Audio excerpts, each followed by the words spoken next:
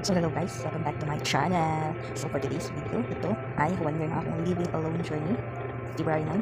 So alam niyo guys, pagiging 1 year ko sa living alone, hindi ko expect na mag-1 year ako, sabi ko, depende sa lalo ng panahon. Pero dumating na ako sa punto. Pero dahil naka-experiences na ako ng 1 year, patuloy po ako. Kasi wala po ako sa pinaka-start na ulit, na bumalik ako, na-start na po sa pinaka na 1 videos, ganyan ang upload ko.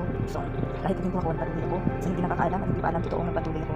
Kasi akala kasi nila nag-window na ako kasi nag-stop. Kasi nga matagal-tagal din ako nag-upload nun. Kasi busy sa pag-aaral, pagtatrabaho, pagkatapos ko mag-aaral, nagtrabaho ko. Pero kahit na sobrang sa isang kabulan, sa isang buwan, isang beses lang ako nakapag-upload. Ang ganun, sinasabi nila, hindi na ako nakakapag-upload sa isang buwan. Isang beses lang ako mag-upload, sinasabi nila, hindi na daw ako active.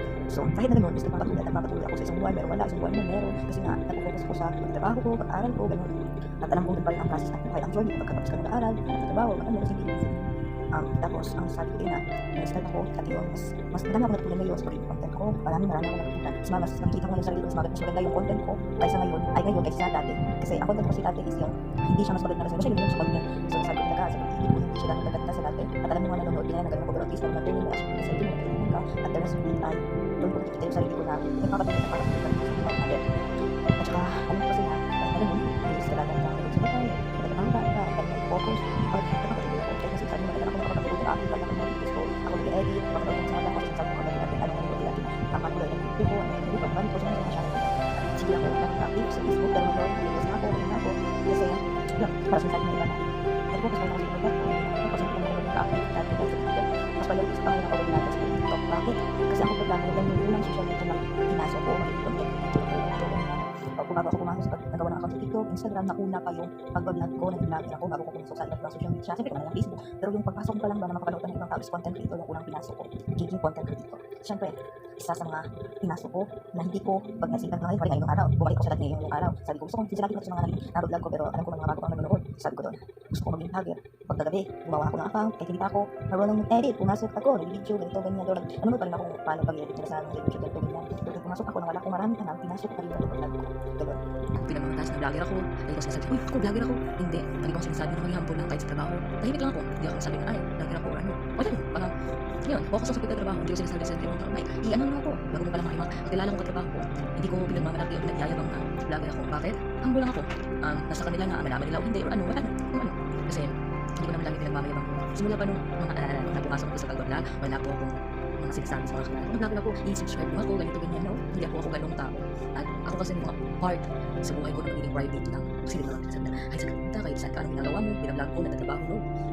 Hindi, kasi gusto ko sila privacy ako, balik mo pag-vlog ko, ganito, ganyan, ganun po ako. Hindi ko lagi pinupost na, hindi ko ba, hindi sa asayan, pag siya ka, pwede ka ba, punta ko sa mga siya, ganyan. Hindi po ako ganun. Kasi mga napapanood ng videos, tapos ko ganyan. Minsan lang kapag gusto ko, para sa mga vlog ko na, take na, gala, ganun, ganun bro, mga part na sabi na, hindi ko na in-upload, hindi ko na siya binibidyo. Kasi, mas ma-private ko kasi yun. Pag pag-vlog, pag ako sa mga private life, ganyan.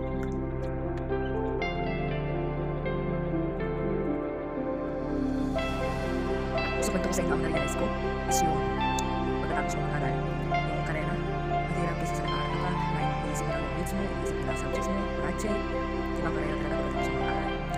Sinabi ko sa mga dati na nagawin yung mga na-realize ko din pagkatapos ko mag-aaral. Kasi, tapos yung course pa namin, yung exam, talaga yung exam namin, yung exam namin, ang course, kaya mahirap talaga magpagdagdag, mahirap talaga sa mga pinigil, sa pagtaas ng pressure, daling maubos, nangungitin naman yung ipon mo, paano makaipon? Tapos, puro na lang din ako kasi kain, groceries mo, ubos ang pera. Ayan. So, at least I tried naman na nakapag-grocery ako sa sarili kong pera, sa sarili ko. Ano na kahaguan sa trabaho. Doon ko nakita yung sarili ko. Ito, nakain ko na to, nakapag-Jollibee ako dati. Diba, sinabi ko sa mga vlog ko dati, Jollibee, hindi ako nakapag-try, hindi kami nakapunta ng parents ko sa Jollibee. Kaya hindi kami lumaking may Jollibee. Tapos, hindi din kami nakapagsinihan. Pero I tried na pamalaki na doon ko nakikita na kaya ko pala yung marunong ka pamalaki, may trabaho ka, may pera ka, may ipon ka, yun, magagawa mo siya. At yung hindi mo pa na-try na hindi makabili sa sarili mo, ay nandito muna. Kaya ganun yung mga bagay na na-experience ko. And that is for the vlog for today. Don't forget to subscribe to my channel and click the notification bell for more videos. Thank you so much for watching. See you in the next vlog. Bye! Sa ulam ko ngayon is pritong isda at pansit.